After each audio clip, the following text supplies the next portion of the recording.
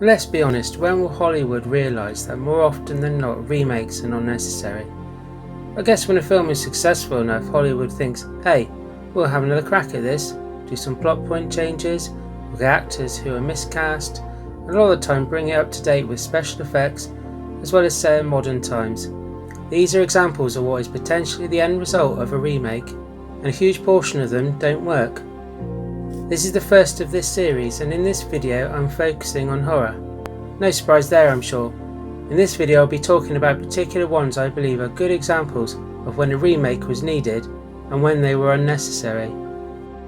Howard Hawks' 1951 classic The Thing from Another World has a man in a suit as the Thing, which looks more like Frankenstein's monster, and in the story is made of part vegetation. He's basically a walking greengrocer's, and I've seen vegetable patches with more menace. To me there's also the lack of suspense in Hawks' version. You don't see the creature much, only in shadow for most of the film, which gives some feeling of dread.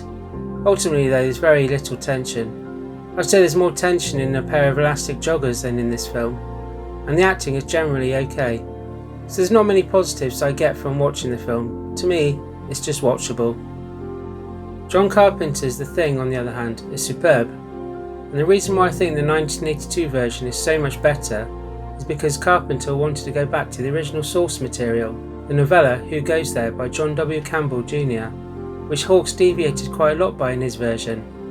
In this version and the book, the Thing absorbs his victims and imitates them perfectly, so no one knows who the Thing is. To me, the unknown is a more terrifying concept. There is a better ensemble of cast. Claustrophobia and paranoia are very prominent throughout this version, and it works brilliantly. Carpenter shows true skill as a director, and you also get the feeling of isolation from start to finish. The only thing some small minority might complain about if Carpenter did his version today is that the cast is purely men. I'll possibly get the heat for this, but so what? Watch The First Wives Club from 1996, which yes has men in it, but is sexist all the same. It suggests that all husbands are bastards and cheat, but that's another discussion, I think. Gus Van Sant's remake of Alfred Hitchcock's Psycho, in my opinion, is inferior to the 1960 original. Vince Vaughn is very miscast as Norman Bates, with Anne Heche as Norman Bates' first victim, Marion Crane, who does not come across very convincing either, to be honest, which is a shame because she can act. It seems that Gus Van Sant has practically filmed a shot-for-shot copy of the original. The film only differs by the fact that it is in colour, a completely new cast, and is more visually explicit with its violence and sexual themes, but it has these weird images that keep popping up every so often, and don't really explain why. Critically it was panned by most, and it was financially a disaster at the box office, which I'm glad about, which may sound horrible. I like to think that Hollywood has learned from the fact that people don't really want to see a carbon copy of any original, let alone a classic like Psycho. Remakes of course should have at least the baseline of the original story, but bring something fresh to the table, but does not insult the original. It's a question of balance, I think. The original, however, is a masterpiece in suspense. Hitchcock did a superb job at building the tension. Anthony Perkins was absolutely terrific as Norman Bates in the original. Janet Leigh as Marion Crane and Vera Miles as Marion's sister, Lila, were also very good in their roles.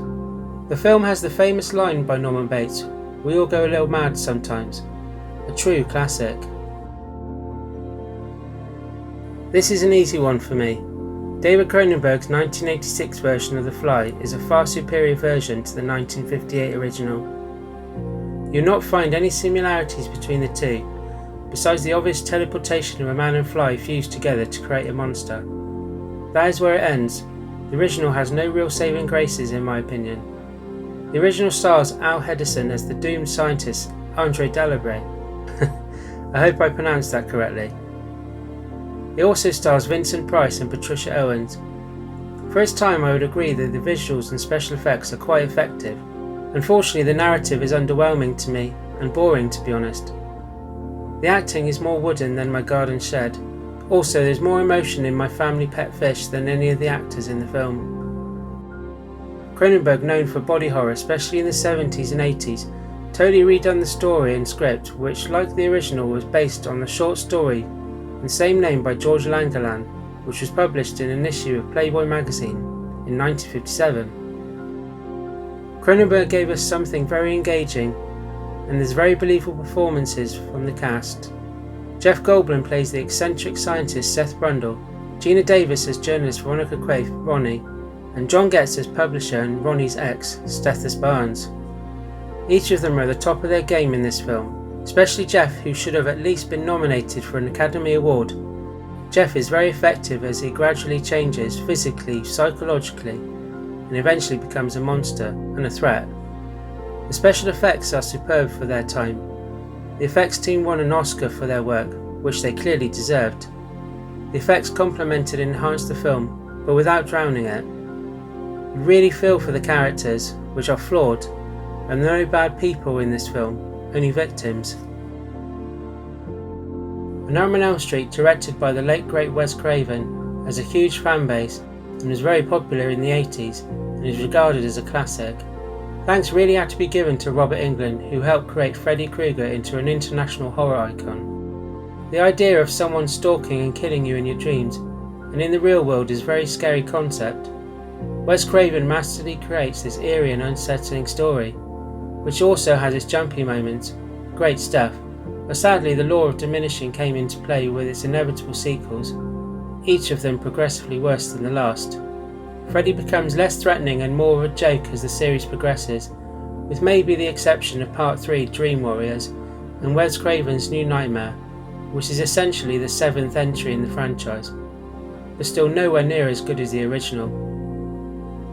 In 2010, 26 years after the original, a remake came out and was directed by Samuel Bayer. Bayer is mostly known for directing music videos like Nirvana, Smells Like Teen Spirit, Iron Maiden's Wasting Love, and Metallica's Until It Sleeps. A Nightmare on Elm Street was his first outing as a Hollywood director, and he did a fine job with this film. Jackie Earle Haley, who played the iconic Freddy Krueger in this outing, is a very good actor, and he doesn't give a bad performance, not at all. It is the story and script that is in question. The script was done by Wesley Strick, who wrote the brilliant Martin Scorsese film Cape Fear, which was released in 1991, which coincidentally is a remake itself. So what went wrong? I don't think there was enough character development, hence the actors are limited to how they can play their roles. But saying that, the acting was linear anyway. Apart from Earle Haley, as I previously mentioned, being a remake of such a well-loved franchise is always going to be hard to compete with, and to be completely honest, we didn't need one. In the end, it's all to do with an individual's point of view. A lot of people say originals are always better, but I think that can be interpreted as having preconceived ideas of a remake not being any good at all, which is wrong, I think. Having that kind of attitude dooms the film before you see it. All remakes, sequels and adaptations should be looked at by their own positives or negatives, and not to be sucked into the hype, or from narrow-mindedness. Well guys, I hope you enjoyed my video. If you did and you are new to my channel, you can click subscribe and the notification bell, so you can keep up to date with my latest videos. Thanks very much guys, and I'll catch you next time.